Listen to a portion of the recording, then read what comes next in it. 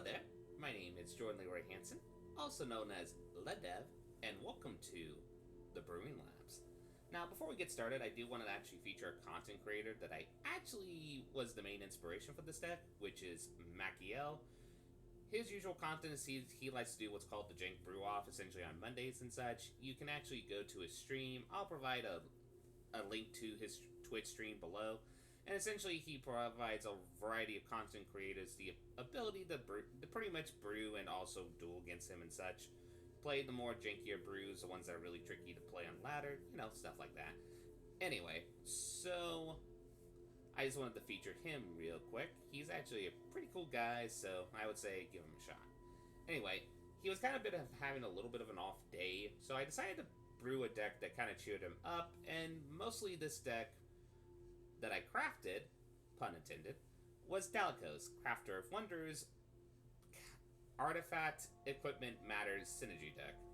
It's weird because it's like a combination of Boggles and a combination of Affinities, sort of. So it's kind of like a Bogfinity deck, more relying on the Affinity aggro aspect of the deck design.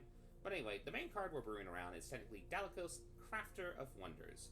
1 blue and a red for a legendary creature, Merfolk Artificer, which is a 2/4 with some really gorgeous Ryan Pankos art, I would say. Anyway, what it has is it adds 2 colorless mana, spend this mana only to cast artifact spells or activate abilities of artifacts. But mostly what we're taking advantage of, even though that mana dork ability is really nice, is equipped creatures you control have flying and haste. So obviously this is more like a low curve aggro deck. Our equipment that we're going to have to hopefully equip to our more aggressive oriented creatures is a combination of Colossus Hammer is kind of our top-end, kind of like meme equipment, pretty much giving something +10/+10 and loses flying. Doesn't matter because it's a 10/10, so, or pretty much a 11/11, 12/12, 13/13, etc., etc. We also have Shadow Spear, because mostly in creature-oriented deck designs, this is kind of our soul ring. We really want to play this on turn 1 when we can, and just being able to give our creatures lifelink can help us against the more aggro mirror matches and such. Also, we put in, weirdly enough, the reason why we're playing Is it Guildgate in our deck, seriously, is Glaive the Guild Pack. 2 mana artifact equipment, gives our creatures vigilance and menace, but most importantly, we get +1 for each gate we control. We're running free Is it Guild Gates in this deck, so getting potentially a +1 or +2 boost in attack is very nifty, especially when we equip it to our early game aggro creatures. Mirror Sheared is also the kind of the methodology of how this is kind of a Boggles list to an extent. Mirror Shield is also pretty much gives our creatures Hexproof and +2 toughness, but as well as if it decides to block or be blocked by a Death Touch creature, that creature goes bye-bye, so this helps us against the questing beasts of the world, or the weird once-in-a-blue-moon scenario where we go against Gagari Adventure. As well as that, we also, on the top end, we play also Embercleave as a late-game equipment, because, well, as many people who are going against the mono-red shenanigans know, Embercleave's just a really good card, getting a creature +1/+1, double strike and trample, as well being used as a combat trick. Very nifty. Now the question is, what creatures has Dalico's going to be assisting to escape the maze of rank to help us with this more tempo aggro deck? Well, the one drop that is a all-star in the deck, Fervent Champion. A 1 mana 1/1, first strike haste, whenever it attacks, if another target attack knight you control gets +1 until end of turn. Pretty much the first strike and haste were going to matter, that second line of text doesn't matter. However, equip abilities you activate the target Fervent Champion cost free less to activate. That is very nifty. Like, sure, playing this on turn 1 is nice, but this is also a card that you can play on turn 1, but also play on cards like turn 3, turn 4, or later. Because when we have our equipment out, like Shadow Spear, Glaive, and Mirror, pretty much the minute we cast Fervent Champion, we can take all those equipment we already have on the battlefield, but casting it earlier in the game, attach it all straight to the Fervent Champion, and make it a very formidable threat, which is really nice. In our 2-drop slot, we put in Robert the Rich, mostly just as a semi-card draw engine, also protect us against flyers, and also just the ability to yoink some pretty powerful cards from opponents is always hilarious. But we also, in our package, as well as kind of like put a minor adventure package, mostly with good tempo adventure spells. With that, Brazen Borrower, just a really good 3 mana free 1 flyer that also has a really nice instant ability to return a target non-land permanent opponent controls to its owner's hand. Great tempo, plus also a great aggro creature which we can put some equipment on and make it be a pretty formidable threat. Same thing goes to Bone Crusher Giant, a free mana for free that pretty much whenever it gets targeted by a spell, it will still deal 2 damage to the opponent, but most importantly, Stomp, which is the instant adventure that damage can't be prevented this turn, as well as it deals 2 damage to any target. So if we go against a fog deck, this is going to be very, very nifty. But also one of our all-star aggro creatures that mostly you've been seeing it kind of like being the MVP of mono red shenanigans, Anat's Hardened the Forge. 1 red for a 0 free, power is equal to your devotion to red, so it's technically star free, but Arena does this weird thing where essentially the star is technically replaced by 0 when you're looking at it in the editor. It's weird. Anyway, so what happens is whenever Anats or another non-token creature you control dies, create a 1/1 red satire token creature with this creature can't block. If the creature had power 4 or greater, create 2 of these tokens instead. So, what's really good about Anats in this deck is a few things. 1, a really good aggressive creature that with our equipment on it can be ridiculously absurd. Especially Embercleave. Oh boy, this is a nightmare creature with Embercleave on it. As well, this is one of the rare creatures that actually kind of give our deck kind of an insurance policy. So if we go against a board wipe with Anats on the field, we're still going to get a bunch of little satire tokens that can help, that we can equip and pretty much go and still be aggressive and go do our aggro-y things, essentially. Also, as well, this is one of the rare kind of legendary creatures, kind of like stuff like Judith and such. We're casting the second copy of it still while the original is on the battlefield. Actually is never bad, because essentially with the death triggers, both death triggers occur. So you're going to get about 4 satire tokens, which is awesome. So it's pretty much a free mana, create 4 satire tokens, which is legit awesome. Also, for our card draw engine and the other spells that pretty much are kind of like the main supports for the deck, we put in Light Up the Stage as just a good aggro card draw engine in general. Just being able to cast this for 1 mana, very nice, helps us get into our lands and such. And as well as kind of like our semi-removal that's not essentially Bone Crusher Giant, Perforos's Intervention. I originally had Scorching Dragonfire in this list, but I decided to cut it out for Perforos's Intervention because I do love the modulability of this card, essentially. Just a factor to choosing one where we can either just use this primarily as a removal spell for some really annoying planeswalkers or creatures, but if we need to, we can also use it as a finisher if we have enough mana to just make a really big trample dude. Maybe even equip it with an equipment or something just to make sure it has evasion, and then just go in for the kill, essentially. As for our land base, we are running 22 lands. Now, 22 lands are the following. We are running 2 Castle Vantresses, because Castle Vantress is just a good card. 2 islands, 2 Castle Empress, because it's just good for aggro decks. 4 mountains, since this is kind of a primary, a red deck with splashing of blue for the Dow Coast and some really good spells. Is it Guild Gates to help with Goliath the Guild Pack? 4 Steam Vents, 3 a Temple of Epiphanies, and 2 Fabled Passages, because Fabled Passage can help us get that second island or second mountain if we need it. Anyway, that is a Bogfinity. Let us see now, as Dalakos crafted the wings, will this deck soar through the skies into the ranked ladder, or will we get too close to the sun and this deck burns under the more peculiar shape that I brewed? Let us find out, shall we? Okie dokie. Let's see who our first opponent on standard rank is with Bogfinity. It is Negus. I believe is how you pronounce that name, but I could be wrong. Anyway, let's take a look at this hand. I actually like this hand a lot. We have good free lands, we have a Brazen Borrower, which helps us with tempo, and we have a Fervent Champion we can either cast on turn 1, but honestly, I think I'm going to cast this on turn 2 and free and just make sure I get our equipment, early game aggro equipment out, and just have this for tempo. That way we can play it as a Guild Gate. Usually with this deck, if you want to be, you can play it really aggro-based, but I also like to just go a little slow on turn 1, just get the tap land down. Anyway, we're going to play Looks like our opponent's doing some Bulgari bait shenanigans, so we're gonna play the Gilpin down. And depending on their play, so it looks like Sultai shenanigans. I'm guessing like Sultai, maybe Yarok shenanigans or something like that.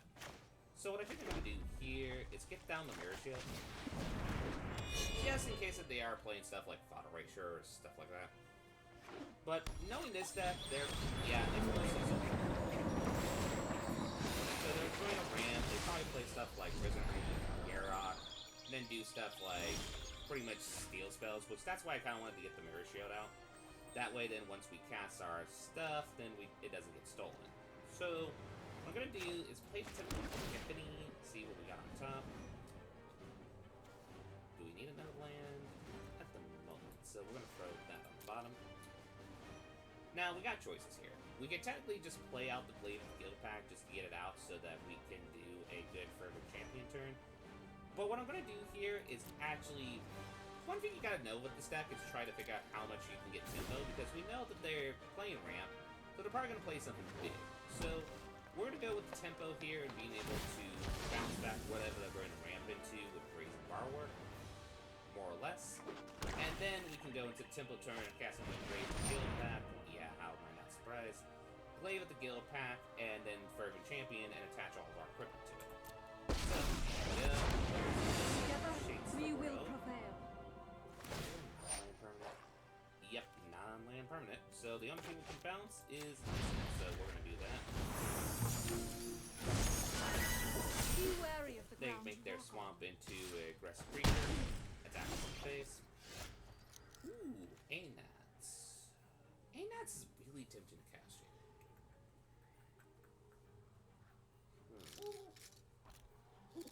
Well, we know they're gonna play Nissa again. So I think it's more better just to... Here's how we're gonna do this. We're gonna play this tap. We're gonna get out the Glaive, and we're just gonna get our aggressive creature out. So we're gonna get Fervent Champion. Equip it with this, for free, thanks to its ability, and since now it has Menace, thanks to the Blade, we can able to get in for a quick 2 points of damage. And that's why I like this card a lot for this deck. It's just the factor is that most people like to keep up at least one blocker at the very least. So the factor of getting Menace thanks to the Glaive is very Witness the ties that bind us all. So yeah, they're now going to make their land into Rise, my elemental friend. a creature again. We're not going to block for obvious reasons. So now we got choices here. I think our choices here is kind of a no-brainer. We're going to play the Colossus Handler to play next turn. And then play Dalkos just as a semi-hey. If you try to attack in, I'm going to create some more satires and be active. Attack into Nissa at the moment, just to keep it under control because we don't want them to ramp with Nissa and such.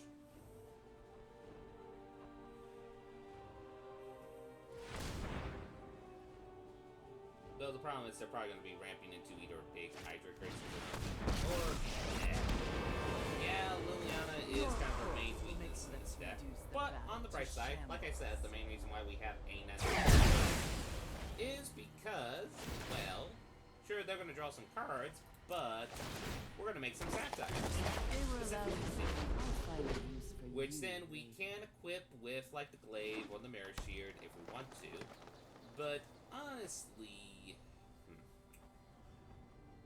Yeah, we might just attach the Glaive to one of these and then just attack in just to make sure to keep the land fights for this us. under control. Or maybe get Liliana off the field. Interesting. Okay. So opponent plays that. And they play another creature? No.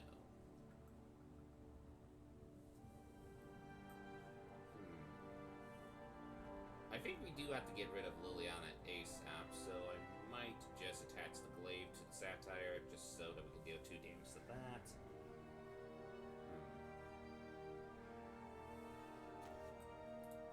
Yeah, that's, I think, going to be a first play on that one.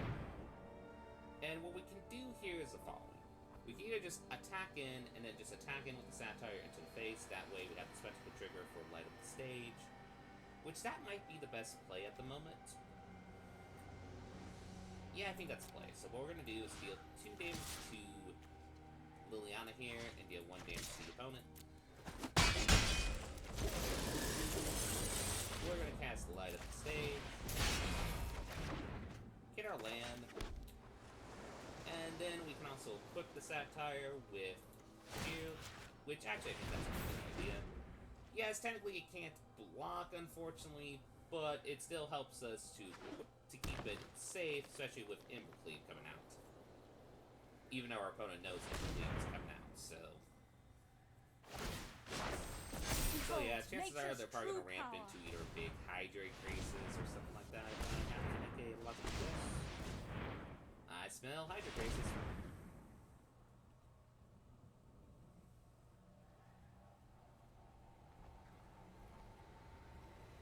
Hydrate Graces?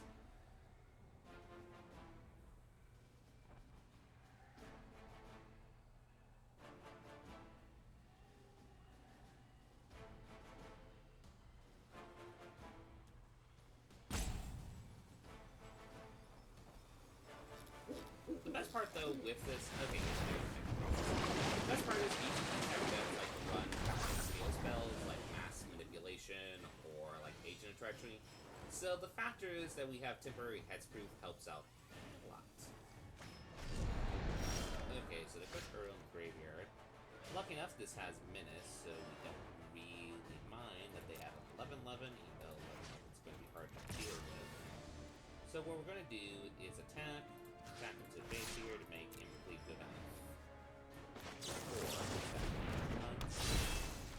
What's going to probably dead here? I believe.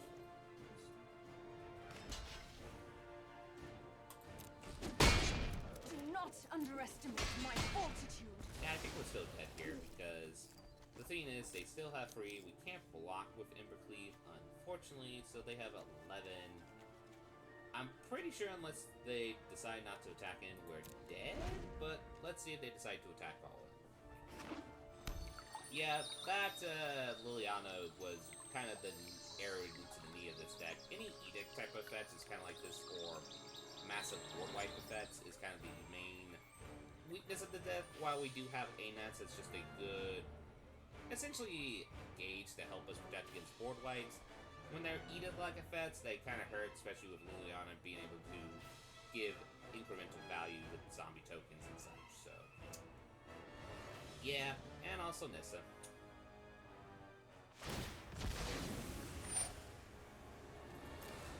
Okay, let's see what the opponent plays here.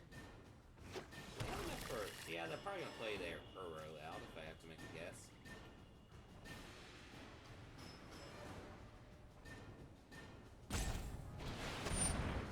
Or Casualties of War. The second reason why they're probably playing now, most likely.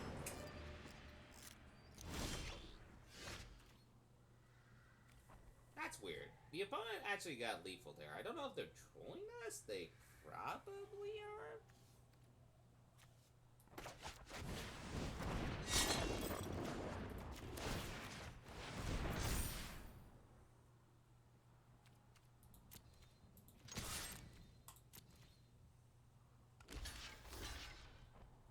So yeah, we'll just destroy the land. Get some mana. See if the opponent now realizes they have lethal. Yep, we're taking that.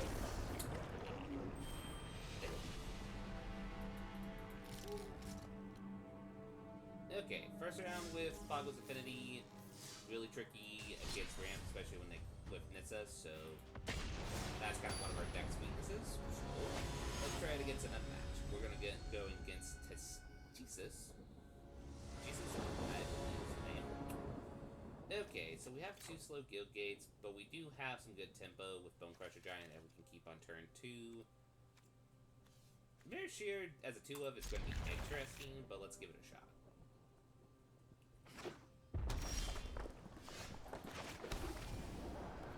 Rob of the Rich, though, is nuts. So it seems like our opponent's also going to aggro too, so... Oh, they stole my battle speed.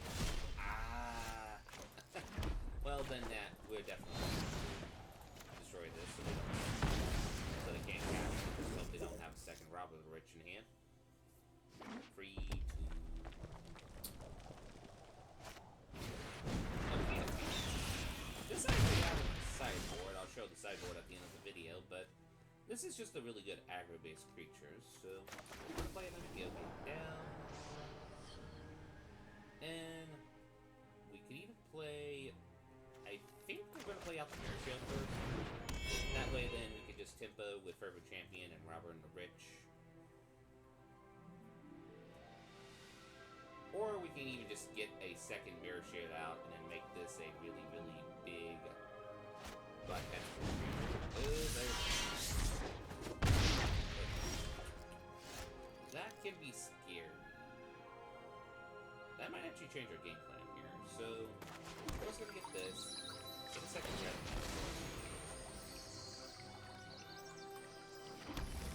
And I'm gonna show why I like Purpose Intervention quite a lot, because all we have to do is just put this for 2.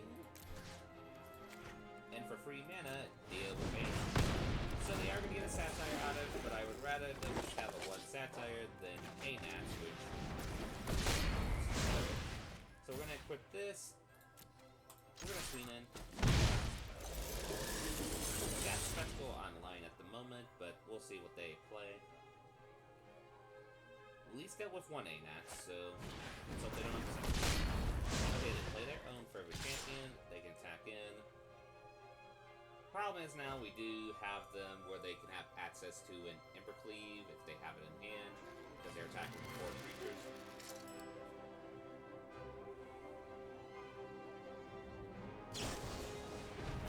Okay, no Ember Cleave.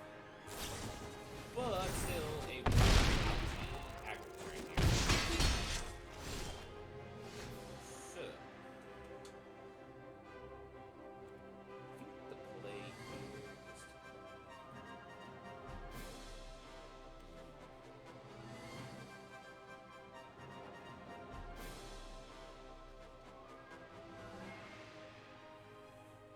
I think we're dead no matter what, because they just had a good injury. First light stage. We're gonna play Bogfinity. Play this town.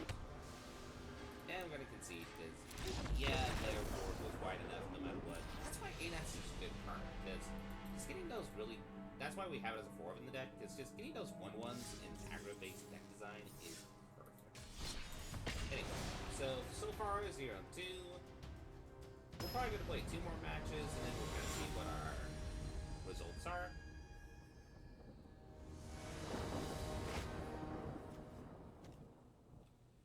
Ooh, yeah, that's a hand not to keep. It's Tempo Land, Fervent Champion, Colossus Hammer for the memes, but we really want a second land in this hand, especially since we're running a 22 land deck, so let's not get greedy. So once the opponent decides, we're gonna play it. A little greedy with the lands on this one, but we do have our tempo, so yeah, I'm going to keep that. We're probably going to put the island into the bin.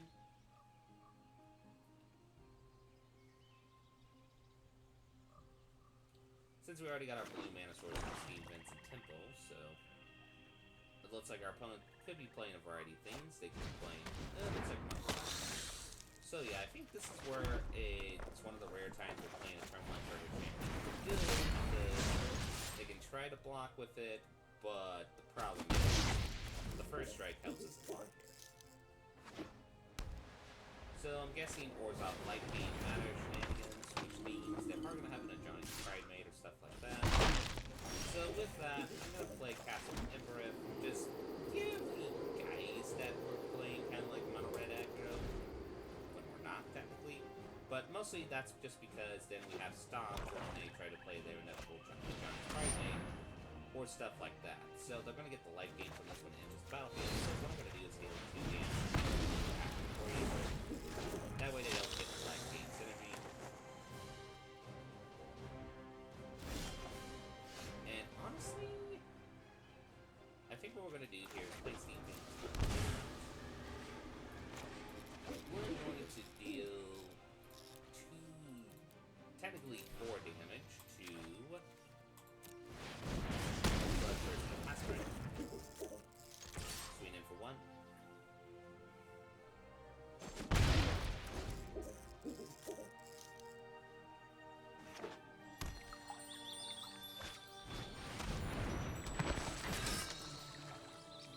And looks like our opponent plays a Midnight Reaper, so they got a card draw engine to help restock.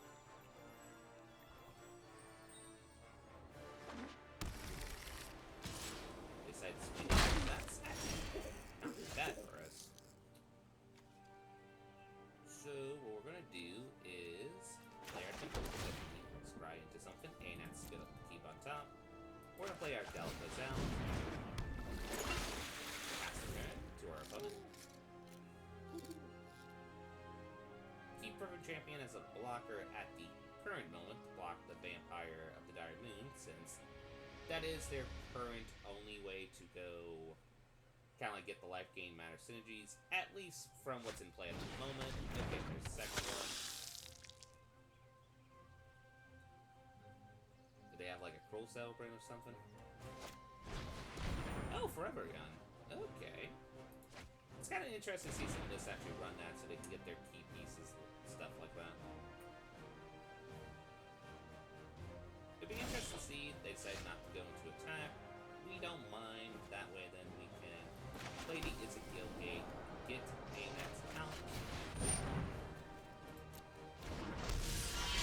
and tap 2 and just get the Guild Gate out.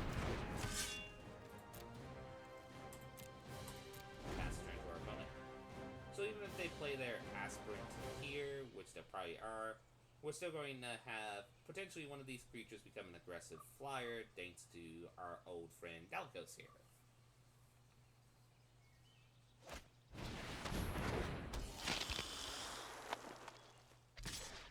So they're going to attack with both. We're just going to block only with Perfect Champion at the moment, because the first try to prevent the life gain synergy. They do get the Argo out of it, which... And they do get the life gain. So... what we got here is we're going to play this. Get ourselves an island. Then we're going to use Galacos specifically to help equip this to that, so that we have a 5 free flyer, which we could make 6 if we want to.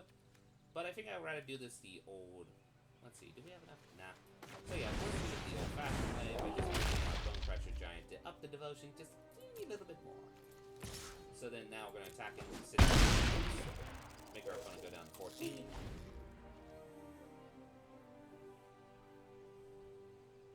They probably have stuff like Murder's Rider or stick like that, which will be annoying, but like I said, the insurance policy is we will get the satires out of it, which is good for aggressiveness, so... okay, they play their Passion Orienter. Do they have a kill? No, they just have everything. Aurelia, which gives them some life gain that makes this a little bit bigger. But still, if they attack in, do we want to do the trade? You know what? I'm actually going to do the trade here since this is a significant enough threat if we can't answer it. Plus, we're still going to get the satires, which is good for our aggressive. They get hard draw, unfortunately, but we get satires. And we got another castle. So, what we're going to do here is we're going to do this tap. Put this to our giant. Make it a 5 free flying menace with haste, which is nice. And then what we're going to do here, still keep this for blockers since it helps keep Vampire Moon check, but then attack in with these. See if they decide to block. If they do, we're going to buff these up. But honestly, we're probably going to buff these up in general, so... think the opponent realizes the buff. Okay, so yeah, our opponent's really trying to decide here. They're like, they realize our castle is starting to play, so they're gonna block with area. That makes sense. And then they're gonna block with that. That makes perfect sense. So what we're gonna do is still get the buff.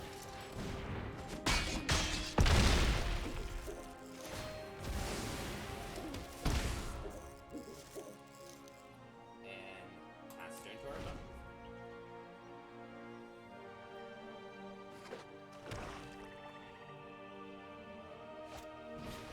Ooh, that's scary. Perfect brains. That's annoying. Not the end of the world, but annoying. They're probably gonna gain life, I'm gonna guess. Yep.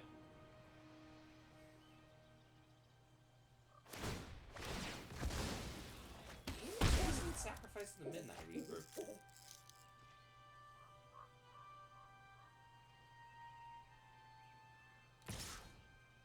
They're gonna attack in with 2.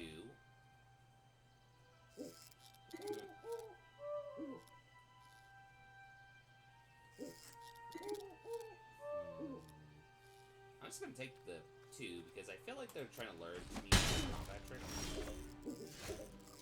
Though that could have been just legit oops there because, well,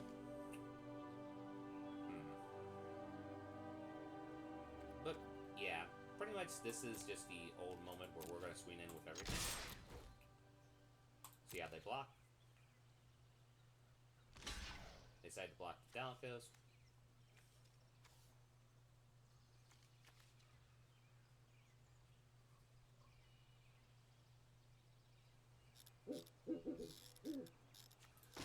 We're still gonna buff everything. Put our opponent at 2. And pass turn.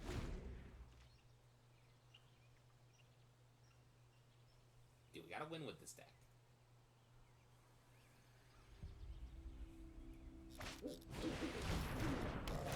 Okay, it's a life gain. Make a big a giant spread, mate.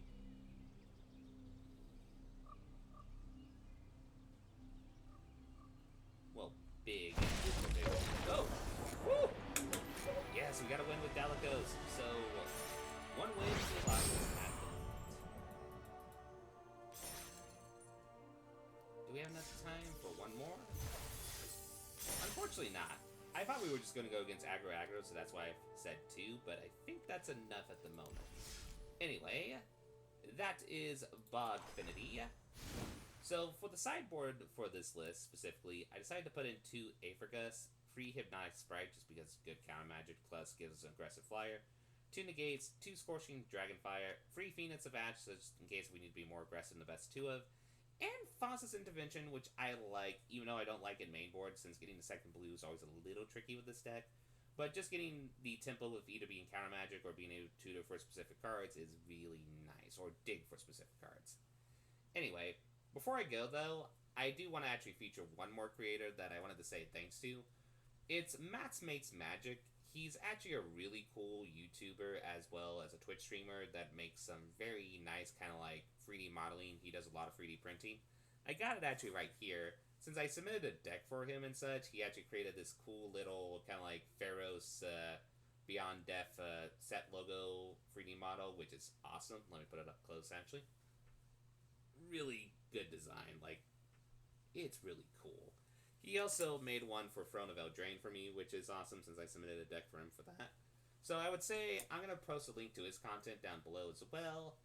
Give him a shot. He's actually kind of funny, especially just seeing a variety of his creations, including like a little monarch crown, as well as the golden goose in the style of the Untitled Goose Game art, which is hilarious. I would say give him a shot. Nevertheless, that is our time in the Brewing Labs. Hope you enjoy the brewing, and you all have a lovely day. Bye-do.